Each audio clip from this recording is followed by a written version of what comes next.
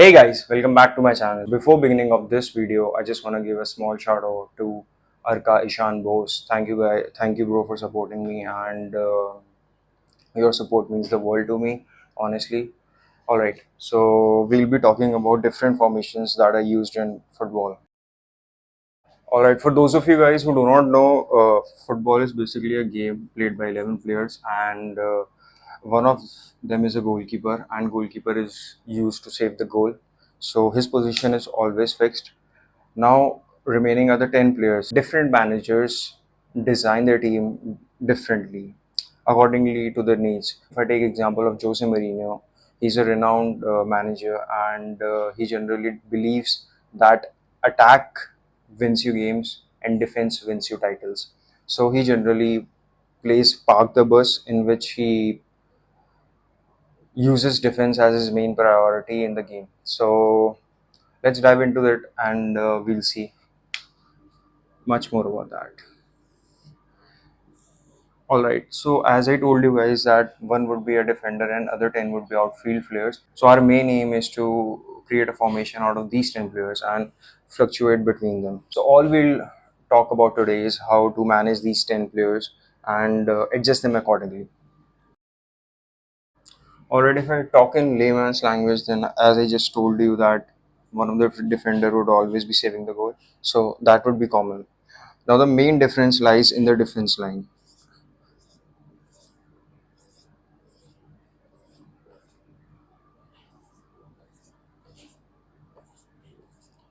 All right, as you can see that we have placed three defenders over here and four defenders over here and five defenders over here.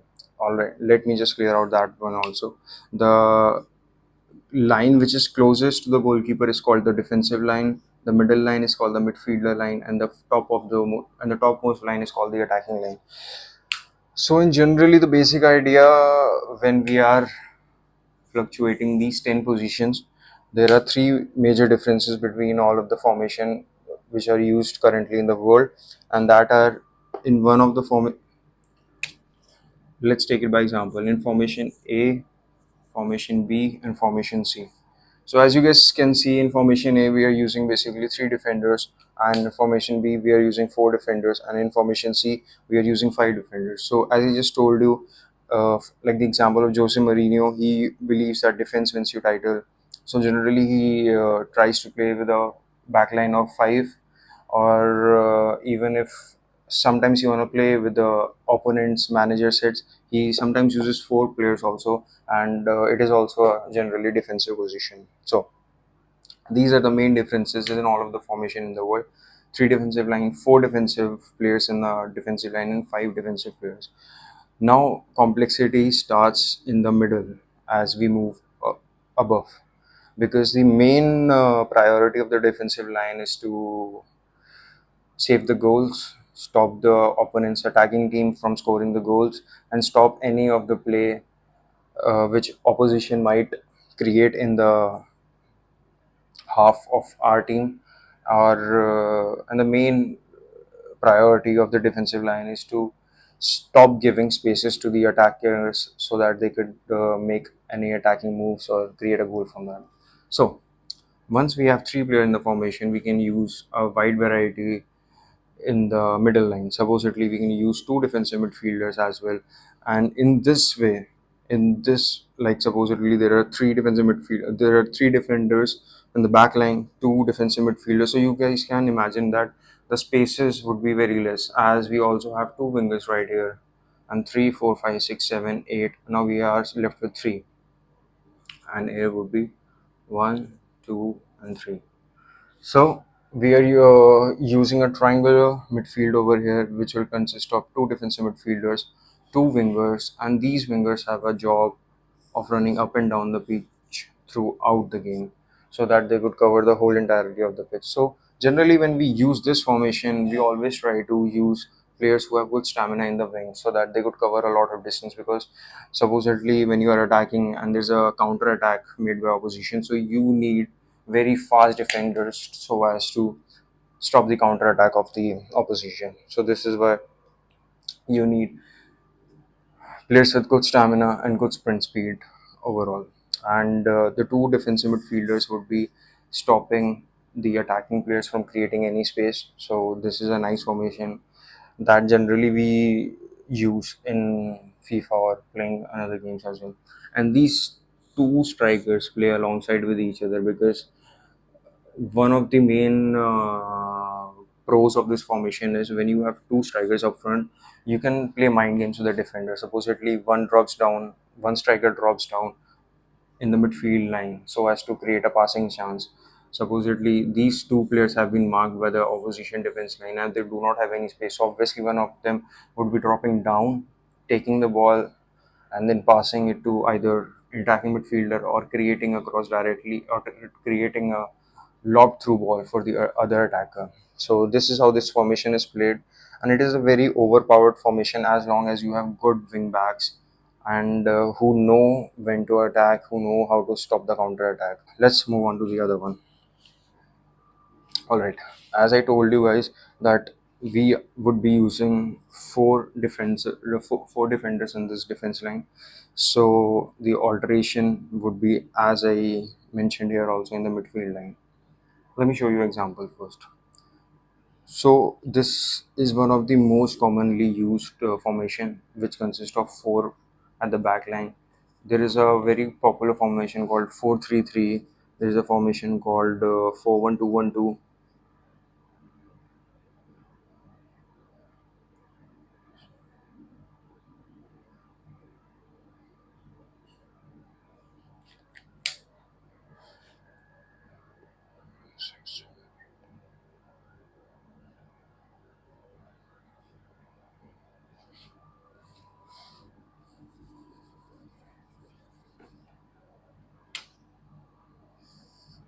All right. There's a formation called 4-3-3 and 4-2-2-2.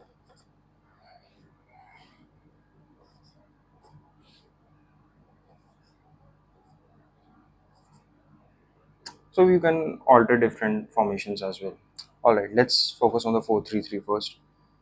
Now 4-3-3 can also be placed differently. Supposedly, uh,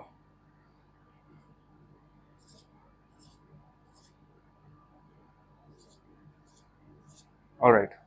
As you can see, we have left wing over here, right wing over here, striker over here, left center mid over here, right center mid over here, center mid, left back, left center back, right back, and goalkeeper.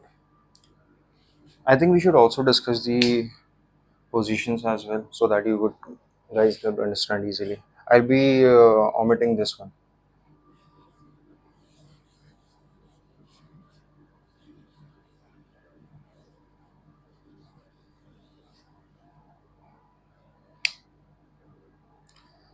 All right, guys. So basically, there are, as I mentioned, different positions in football field, and the let's start from the defensive line.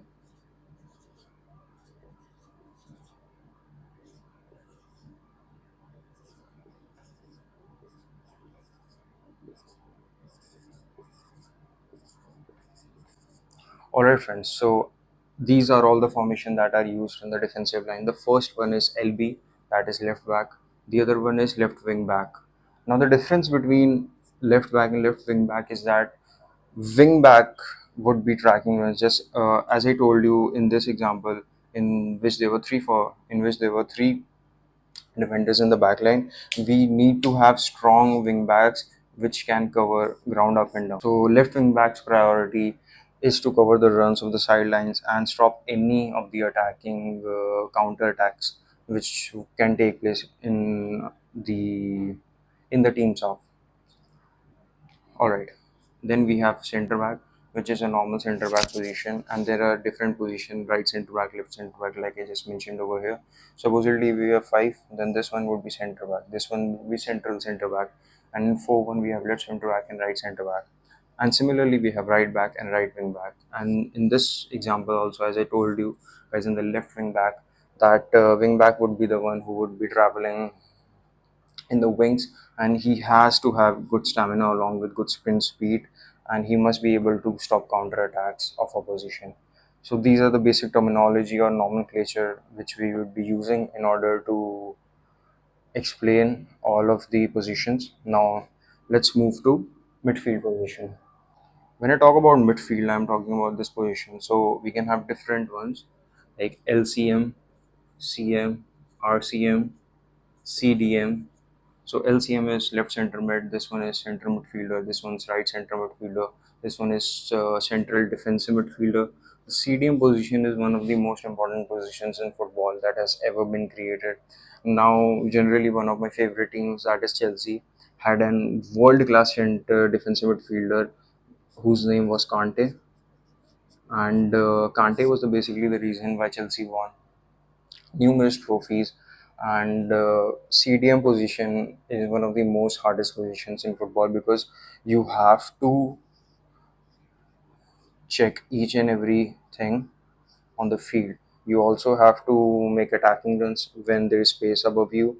You also have to check on your both of your side if any of the player is free, or if you can put a lobbed through ball in order to create space behind the right wing back or left wing back, whatever is the case. So it is one of the most difficult position that you have to play. Also, another that I want to mention is center forward. Center forward is not an attacking field, attacking position, because center forward plays behind ST.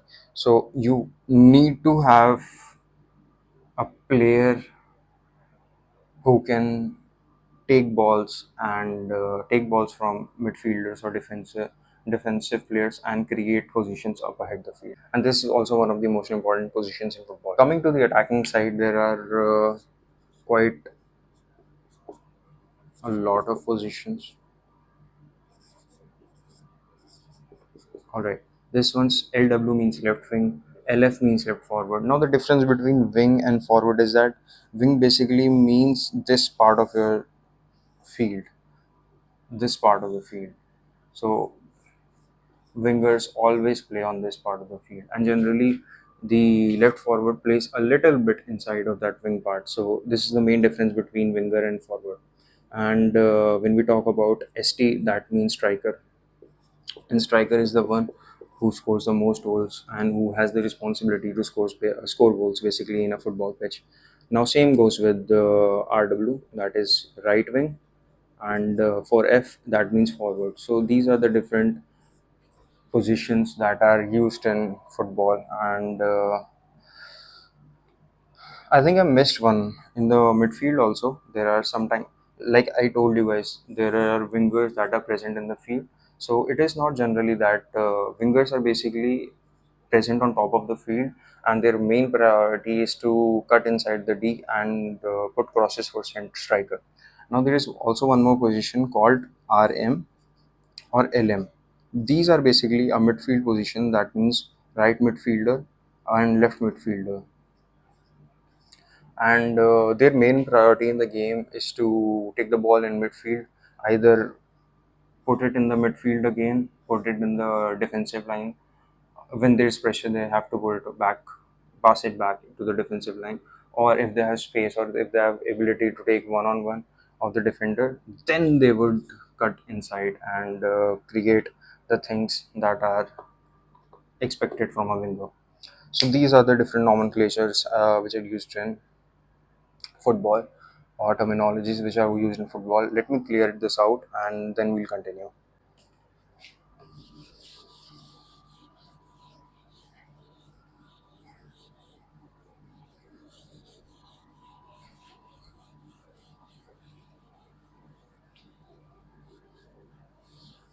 So guys, these are the formation that we can derive from having four defenders at the back. The first one is 4-4-2. The second one is 4-4-1-1. The third one is 4-4-2 with a diamond in the midfield position. The fourth one is 4-3-3. It is a attacking position. The fifth one is 4-2-3-1, and the last one is 4-5-1. So we'll discuss them each one by one. First, let's start with 4-2-2.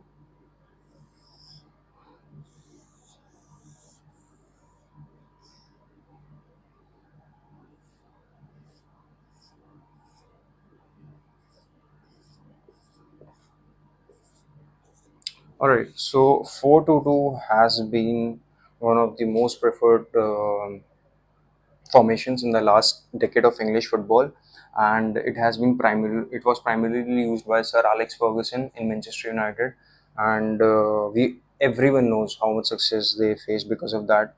But now things have changed quite a bit, and this formation is not used that much because having two strikers at top of the field seems like a waste of talent, because teams have now been playing very tight game and in very small positions. So game has evolved very much exponentially, so technical game has been increased. So that is the reason why we generally see much more players in the midfield area than in the attacking area. Formation, we have two wingers who generally hug the sideline and they try to beat the defender, and then they take on the opposition by either going directly towards goal, which Cristiano Ronaldo used to do a lot in Manchester United and with a lot of showboating, or they try to find striker which are present in top of the box. And this is a very nice formation when playing while playing FIFA also. I really prefer it because having two strikers is really massively influential, because sometimes one of the forward drops down and it creates a whole lot of space for the other striker. He can move wherever he wants, and obviously, the defensive position is always either looking to mark the second attacker, or they are either looking for the movements of the first attacker. So they are very confused in these moments. So this is the first formation with four of the backline. Let's move to 4-4-1-1 now. Alright, guys, in the 4-4-1-1, as you can see, one of the strikers, as I mentioned, in the 4-4-2 would be dropping down, but in this position, he generally is playing either center forward or cam, that is center attacking midfielder. And now this is very amazing formation. As you can see, the striker is always lone here, and he has always time to make runs beyond the defenders. And the main priority of either center forward or center attacking midfielder is to drop down to create some space for defenders to run back towards him. So if supposedly there are four defenders of opposition playing over here, and as you can see there's only one attacker, so either this one would be focused on this guy or this one, so it leaves us with one defender who's free.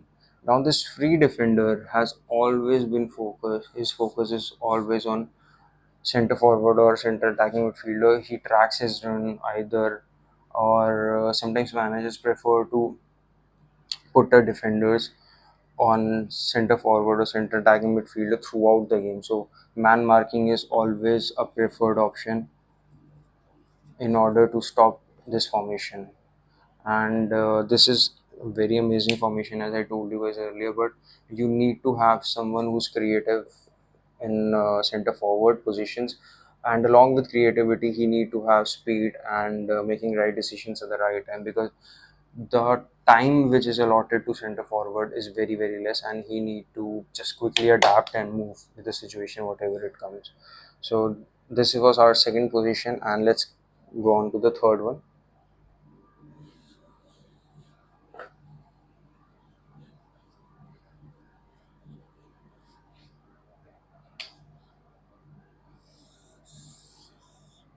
All right, in the third position, third formation, that is 4-4-2, we have a diamond position.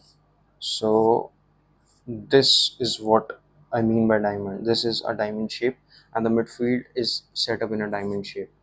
Now, as you can see, we have two attackers in here, and this diamond position. See, this is our diamond position. So this is the reason why it is called 4-4-2 diamond. Now, the reason why this formation is really amazing is, as you can see, that spaces between these players are very less. Whenever opposition try to move forward either of the wing or either through the central position, you can always see this player this player would be attacking here, and this player also has the ability to move forward. And obviously in attacking or while counter attacking, he can always provide balls to either of this center forward or central attacking midfield position, can provide the balls to different strikers, and game would be progressed by counter attack. And these three players should be amazing in ball control along with defensive abilities. These three need to have amazing defensive abilities, because you never know whichever wing the oppositions try to play. So this was our third formation. Now let's quickly move to the fourth one.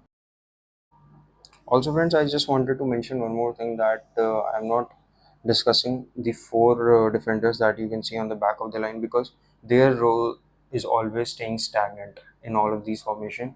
That is, the left back or right back while attacking has to make moves up ahead of the winger, and the main priority of these center backs is to widen up the gaps, so that the central defensive midfielder, whoever it is, he can drop deep, and at the end of the day, there will be three players who would be saving the back line.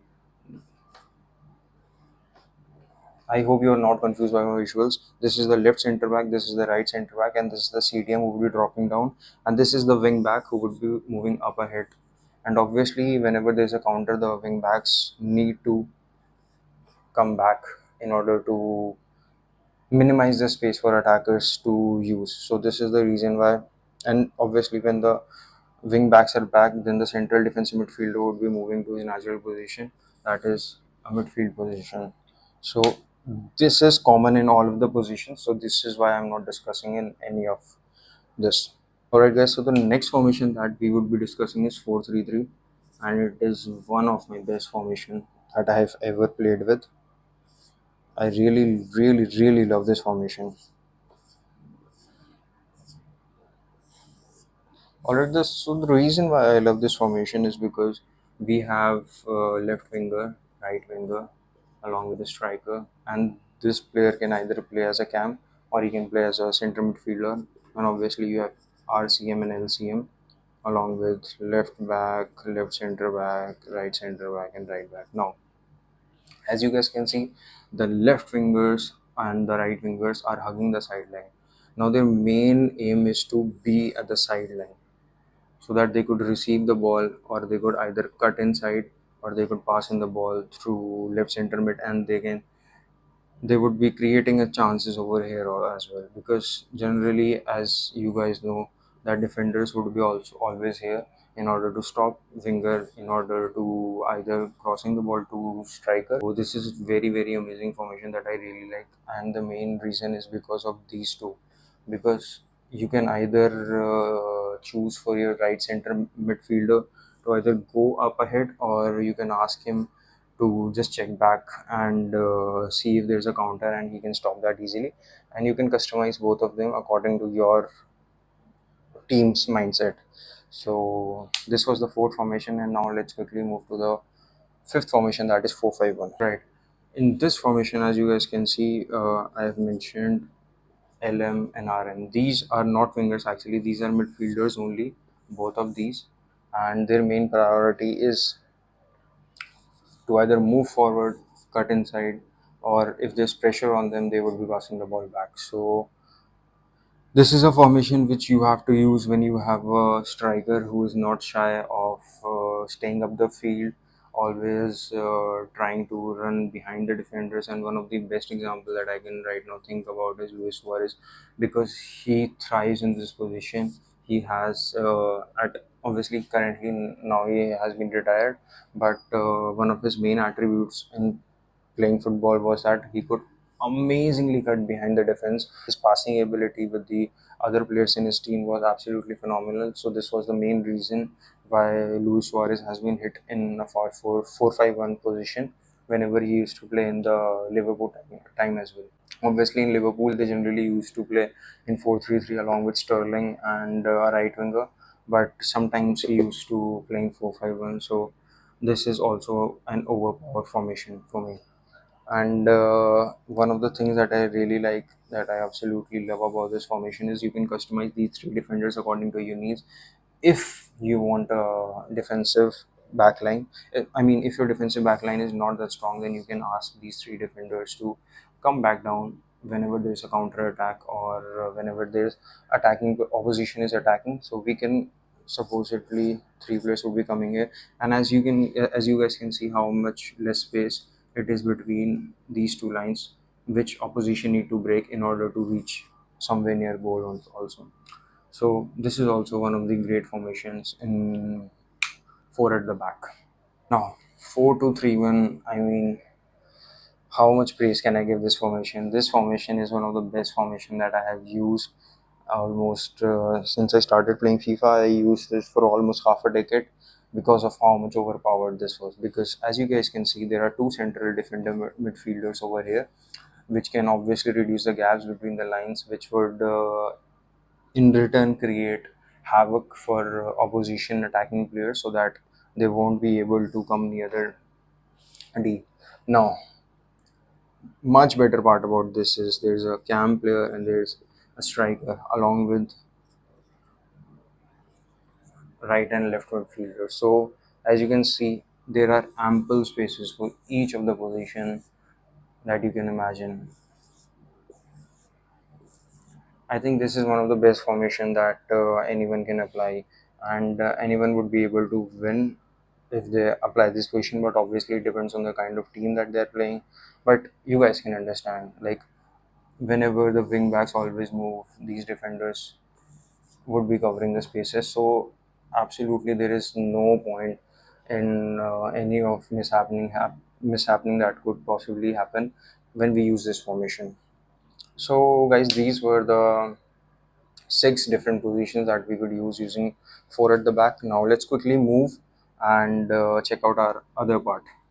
All right, so basically we have three formations, and let's do it in single go only this time.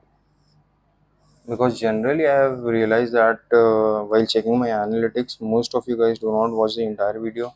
So I've been just trying to do this as fast as possible.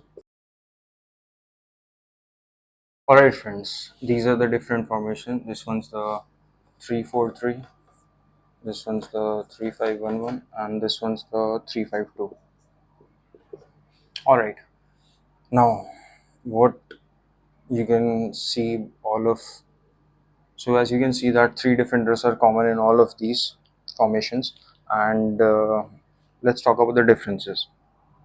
As you can see, there's a strong midfield line in our 3-5-2 formation. Now, as you guys can see, we have five midfielders, so we can customize it accordingly.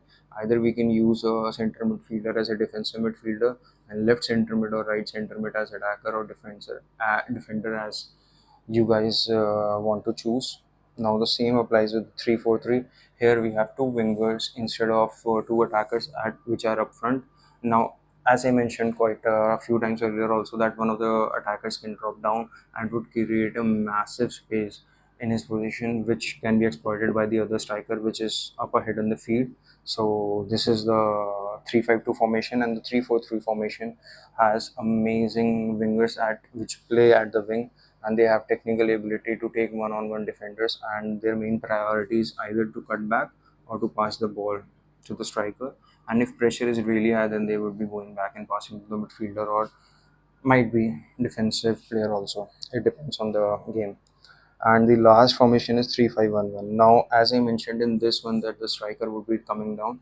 Now the striker is already here, and the main priority of central attacking midfielder is to create spaces for striker in this position. As you guys can see, there are five midfielders here as well. So their main priority is to cover back defensively, because as you guys can see, there are only three defenders here, and there are a lot of spaces in which behind the back. So this is the main reason why three defender formation are really overpowered, because there is a lot of, as you guys can see here also, whenever these guys come back, so there is absolutely negligible space left behind which opposition can exploit. So these are the reason why three defender formation is really overpowered. And Antonio Conte also used this formation 3-5-2. I think Antonio Conte used 3-5-1-1 or something like that.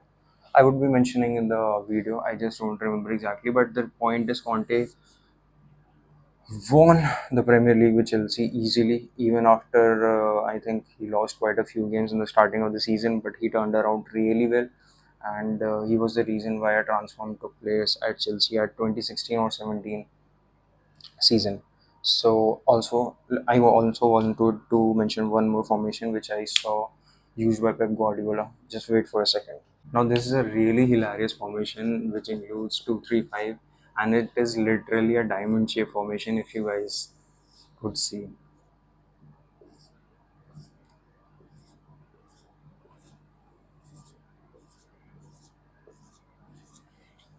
Now, as you guys can see, this is totally a diamond formation. It includes two defenders at the back line, three midfielders at top of the field, and five attacking players at your attacking side. I would only use this when I have, I think, Emerson playing at top of the game. I would be using Messi at the right wing, Suarez obviously at the top, and Neymar at the left wing. Now, the positions left are these two, and these are the most trickiest to fill because when you are playing all of the attackers, then it is very difficult for them to move behind, and obviously the midfielders also have to cover so much space, guys. It is really, really, really impossible formation, but somehow Pep Guardiola managed to use this formation. So, guys, this was my small series in which I discussed all of the formation with you.